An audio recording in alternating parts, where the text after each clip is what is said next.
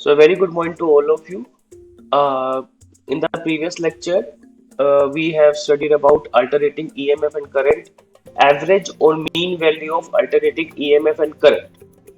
तो आज जो हमारा टॉपिक है वो है root mean square value. Root mean square short form में बोलेंगे RMS।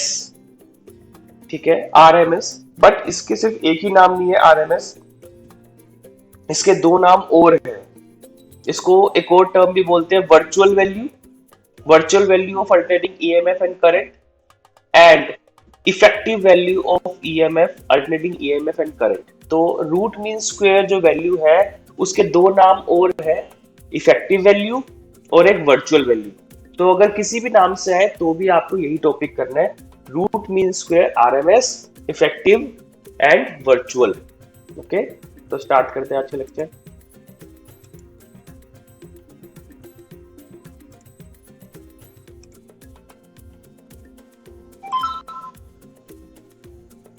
तो रूट मीन स्क्वायर, वर्चुअल और effective value of alternating current.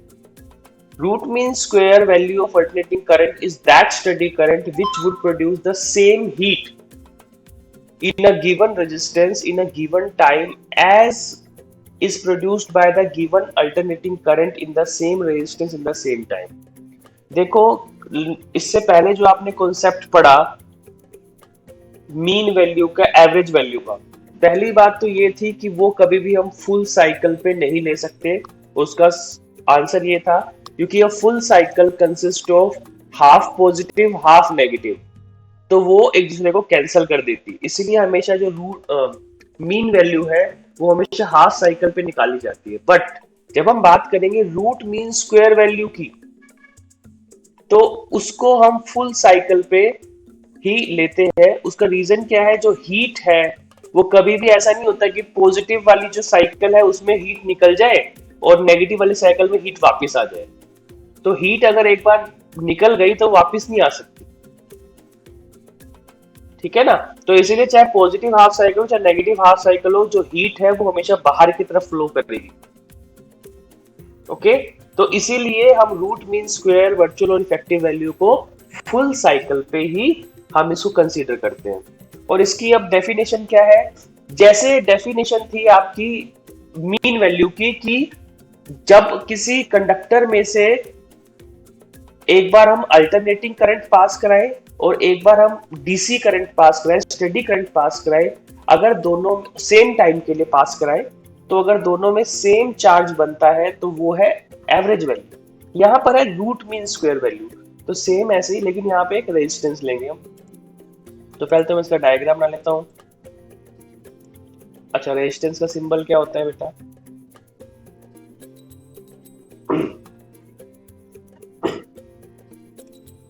Symbol है रेजिस्टेंस का,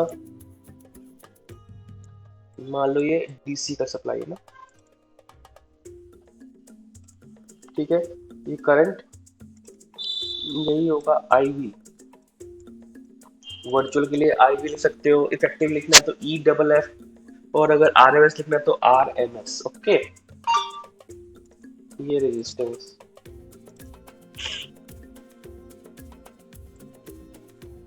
ठीक है, ये अल्टरनेटिंग करंट। अब क्या, इसी रेजिस्टेंस से एक बार हमने स्टेडी करंट पास कराया और फिर एक बार हम क्या पास करा देंगे, AC करंट पास करा देंगे। सेम रेजिस्टेंस है बेटा, और हाँ याद रखना सेम टाइम के लिए। तो यहाँ पर क्या आ जाएगा, I नोट। ठीक है, तो वो कह रहा है कि जितनी हीट यहाँ प्रोड्यूस हो रही है H डैश, उतनी ही हीट यहाँ भी प्रोड्यूस होगी। मतलब इक्वल हीट प्रोड्यूस करे, सेम हीट प्रोड्यूस करे जब किसी रेजिस्टेंस में से एक बार हम डीसी करंट पास कराएं और एक बार हम एसी करंट पास कराएं। ठीक है, तो H is equal to H dash. तो ये आपकी फर्स्ट इक्वेशन हो गई, H is equal to H dash. जैसे कि मीन वैल्यू में क्या कॉन्सेप्ट था कि दोनों में सेम चार्ज बने, यहाँ पर सेम हीट बने। ये इक्वेशन नंबर 1 होगी हमारे पास। अब हमारा अगला काम क्या होगा, एक बार हमें H की वैल्यू निकालनी है, एक बार हमें H डैश की वैल्यू निकालनी है बेटा। एक बार H की और एक बार H डैश की। और फिर हम इसको पुट कर देंगे फर्स्ट इक्वेशन में। और h किसके लिए है बेटा, AC के लिए है, और h डैश किसके लिए होगा, DC के लिए होगा। तो पहले h का फॉर्मूला आपको याद होना चाहिए, जूल्स लॉ ऑफ हीटिंग, आपने 10th में पढ़ा है जूल्स लॉ ऑफ हीटिंग, ठीक है। h का फॉर्मूला क्या होता है, can anyone tell what is the formula of h according to Joule's law of heating? Hurry up, turn your mic on, जल्दी से बताओ, what is the formula of heat according to Joule's law of heating? Sir I square R T. Very good, H is equal to I square R T, ठीक है, तो ये याद रखना है। तो DH is equal to I square R D T. अच्छा ये याद रखना, हम यहाँ पे DH को लिख रहे हैं बेटा, देखो ये अल्टरनेटिंग करंट है, अल्टरनेटिंग करंट की डेफिनेशन क्या है, हुज मैग्नीट्यूड चेंजेस कंटिन्यूअसली, जिसका मैग्नीट्यूड लगातार बदलता रहे, ठीक है, और डायरेक्शन क्या हो, पीरियोडिकली बदले, ठीक है। तो DH is equal to I square R D T is equal to, फिर I की वैल्यू पुट कर देंगे, और I की वैल्यू क्या होती है बेटा, आई नोट साइन ओमेगा टी, आई की वैल्यू आई नोट साइन ओमेगा टी। ये अल्टरनेटिंग करंट जब आप पढ़ोगे तो दो वैल्यूज आपको पता होनी चाहिए, बिकॉज ये पुट करनी पड़ती है हमें। आई की जगह क्या पुट करते हैं, आई नोट साइन ओमेगा टी, और ई की जगह क्या पुट करते हैं, ई नोट साइन ओमेगा टी। ये दो वैल्यूज आपको पता होनी चाहिए, बार बार हम पुट करेंगे, ठीक है। तो यहाँ पे आई स्क्वायर है ना, तो आई नोट का square R sine square omega T D T, done. अब ये एक और बहुत बड़ी इंटीग्रेशन, ठीक है, मैथ्स वाले बच्चों के लिए इजी होगा। अब एक काम करेंगे, देखो ये आप सभी को पता है, DH की इंटीग्रेशन क्या होगी, H होगी, और यहाँ पे हमें इंटीग्रेशन करनी है। और आप देख पा रहे हो ये फुल साइकिल के लिए है, इसलिए जो लिमिट्स है वो 0 से लेके T है, हाफ साइकिल में थे 0 से लेके T/2, ओके। तो अब हमारे पास जो नेक्स्ट बड़ा काम है इंटीग्रेशन करना, देखो आई नोट स्क्वायर, सबसे पहले हम क्या करते हैं इंटीग्रेशन करने में, कांस्टेंट टर्म को बाहर ले लेते हैं। तो हमारे पास जो मेन इंटीग्रेशन है वो किसका होना है, sign square omega T D T, ठीक है, 0 से t। तो आज मैंने ऑलरेडी ये डेरिवेशन सोल्व कर ली है, तो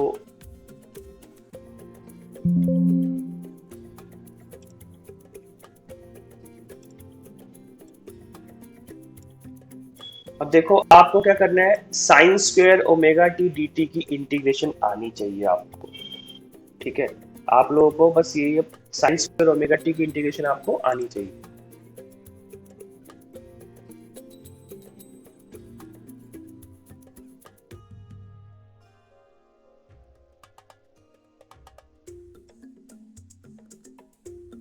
देखो पहले, सबसे पहले क्या कर रखा है, 0 से t sign square omega T D T की, आई नोट स्क्वायर तो बाहर ही आ गया, जैसे कि आप देख पा रहे हो, ये हमारे पास आई नोट स्क्वायर बाहर आ गया।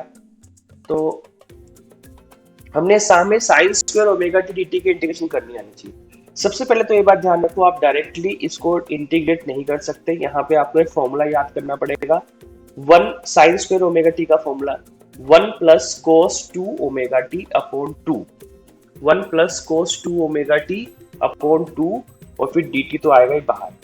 फिर क्या करेंगे, हम डी टी से अलग अलग मल्टीप्लाई कर लेंगे, और ये जो 1/2 है इसको हम कॉमन ले लेंगे, तो हमने 1/2 कॉमन ले लिया।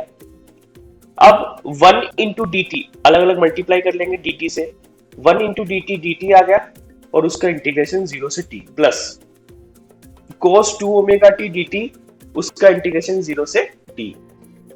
dt का इंटीग्रेशन क्या होता है बेटा, t होता है, तो लिमिट्स पुट कर देंगे, upper limit minus lower limit, plus cos 2 omega T का इंटीग्रेशन क्या होता है, साइन 2 ओमेगा टी, और उसके बाद एंगल का इंटीग्रेशन क्या हो जाएगा, 2 ओमेगा, ठीक है, और वो 2 ओमेगा डिवाइड में आएगा, डिफरेंशिएशन में मल्टीप्लाई में आता है, 0 से t। उसके बाद t माइनस 0 को हम t लिख लेंगे, प्लस 1/2 ओमेगा को हम बाहर लिख लेंगे, और फिर लिखेंगे sine omega 2 omega, upper limit put कर देंगे t, स्मॉल t की जगह t पुट कर देंगे एक बार, माइनस एक बार स्मॉल t की जगह 0 पुट कर देंगे, तो 2 ओमेगा इंटू 0 0 हो जाएगा, तो साइन 0। और आप सभी बच्चों को पता है साइन 0 क्या होता है बेटा, साइन 0 0 होता है, ठीक है, साइन 0 0 ही होता है।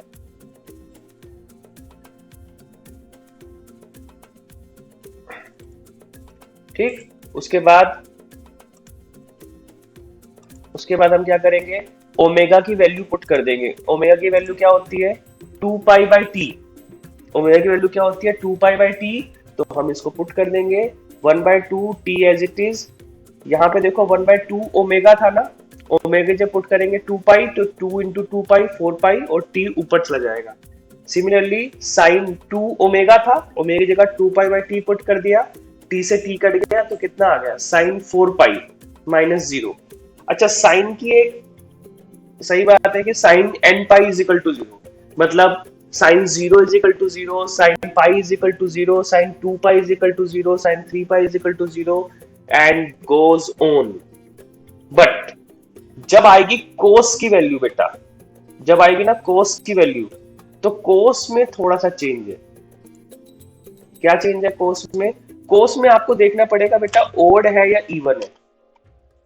कोस में आपको देखना पड़ेगा ओड और इवन। जैसे कि sine 2 pi is equal to 1, मतलब अगर इवन है, जो n है अगर वो इवन नंबर है तो 1 होगा। लेकिन अगर ओड नंबर है, जैसे कि cos 3 pi is equal to -1, तो या sine pi sorry cos pi is equal to -1। तो कोस वाली वैल्यूज में आपको ओड इवन देखना पड़ेगा। अगर नंबर ओड है तो -1, और अगर नंबर इवन है तो +1। बट साइन साइन में ऐसी कोई दिक्कत ही नहीं है। साइन 0 पाई 1 पाई, साइन 0 0, साइन पाई 0, साइन 2 पाई 0, साइन 3 पाई 0, साइन 4 पाई 0, 7 पाई 0। साइन कितने भी पाई हो, आपके पास एन की वैल्यू कुछ भी हो यहाँ पर तो 0 ही होता है। तो t/4 पाई, साइन 4 पाई की वैल्यू 0, तो 0 - 0 0, तो t/4 पाई इंटू 0 0 हो जाएगा, सिर्फ t बचेगा। तो हमारे पास क्या आएगा, sign square omega T D T को इंटीग्रेट करके t/2। तो अब चलते हैं अपने दोबारा से। तो अब हमारे पास ये आ गया था इतना। अब हमें इसकी जब इंटीग्रेशन करेंगे तो देखो सिर्फ क्या करना है आपको, क्या याद रखना है आपको, I0² मैंने बाहर ले लिया, जो इसकी वैल्यू आएगी, इसकी वैल्यू अब आपके पास क्या आएगी, h is equal to I0² क्या आएगी इसकी वैल्यू पूरे की, t/2। इस ये जो पूरी टर्म है साइन स्क्वायर वाली, जब आप इसको पूरी इंटीग्रेशन कर दोगे तो याद रखना है आपको t/2। अब मान लो कुछ मेडिकल के स्टूडेंट्स है, कुछ भी है जो डिफरेंट जो मैथ्स में इतना वो नहीं करते, तो वहां पर आप ये वैल्यूज पुट कर सकते हो। आपको दिखा देना है कि हाँ sign square omega T D T की जब हम इंटीग्रेशन करेंगे, अगर आप टॉपिक को थोड़ा छोटा रखना चाहते हो, डेरिवेशन लंबी नहीं करना चाहते, तो आप डायरेक्टली वैल्यू पुट कर सकते हो। हाँ, बट वहां पर आपके मार्क्स कट सकते हैं। ठीक है, तो I0² R t/2, ये क्वेश्चन नंबर 2 हो गई। सिमिलरली हम डीसी के लिए निकाल देंगे। हमने किस लिए निकाला है, एसी के लिए। अब हम किस लिए निकालेंगे, डीसी के लिए निकालेंगे। जब डीसी के लिए निकालेंगे तो वहां पर क्या लिखेंगे हम, एच डैश। क्या फॉर्मूला बोला था अभी, I² RT। तो डीसी के लिए वैल्यू कितनी है, IV² R T।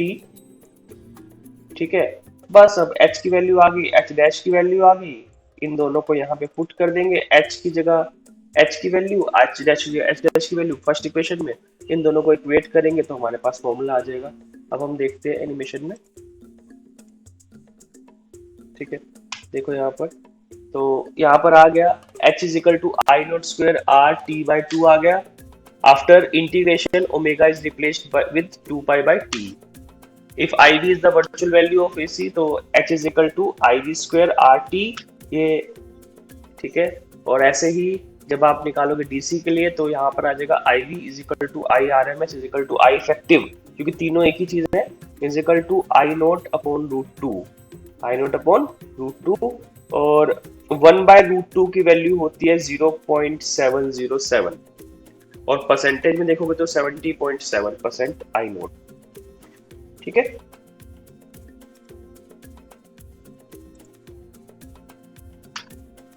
तो रूट मीन स्क्वायर और वर्चुअल और effective value of alternating EMF बिल्कुल सेम आएगी, बस जहां जहां आई था वहां पर आपको ई अपॉन आर प्लेस करना है, ई अपॉन आर, तो सेम वैल्यू आएगी।